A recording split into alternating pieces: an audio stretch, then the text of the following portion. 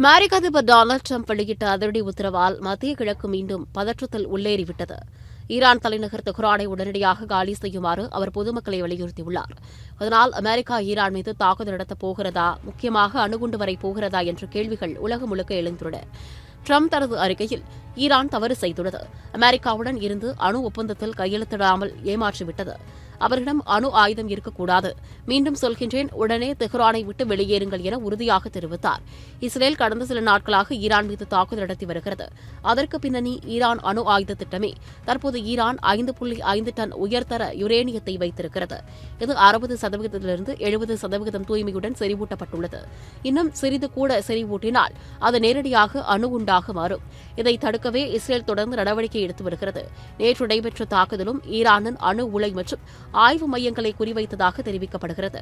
இந்த திட்டங்களை இஸ்ரேலின் உளவுத்துறை மொசாத் ரகசியமாக செயல்படுத்தி வருவதாக அரசியல் வல்லுநர்கள் கூறுகின்றனர். இப்போது இஸ்ரேலின் தாக்குதல்களும் டிரம்பின் டெஹ்ரான் காலி செய்ய வேண்டும் என்ற உத்தரவும் இணைந்தவுடன் இது ஒரு மிகப்பெரிய தாக்குதல்களுக்கான முன்னோட்டம் என்று உலக நாடுகள் சந்தோஷமாக பார்க்கவில்லை, பயந்து பார்க்கின்றன. ஈரானுக்கு முழுமையான அணு ஆயுதம் கிடைக்க வாய்ப்பிருந்தால் அதற்குள் அவர்களை தாக்க வேண்டிய கட்டாயம் இஸ்ரேல் மற்றும் அமெரிக்கா மீது இருப்பதாக நெதன்யாகு தொடர்ந்து வலியுறுத்தி வந்தார். இப்போது டிரம்ப் அந்த அழைப்புக்கு பதிலளிக்க தயாராகிவிட்டாரோ என்று அடுத்த 24 மணி நேரத்தில் என்ன நடப்போகிறது என்பதையும் உலகமே உற்று கவனித்து வருகிறது.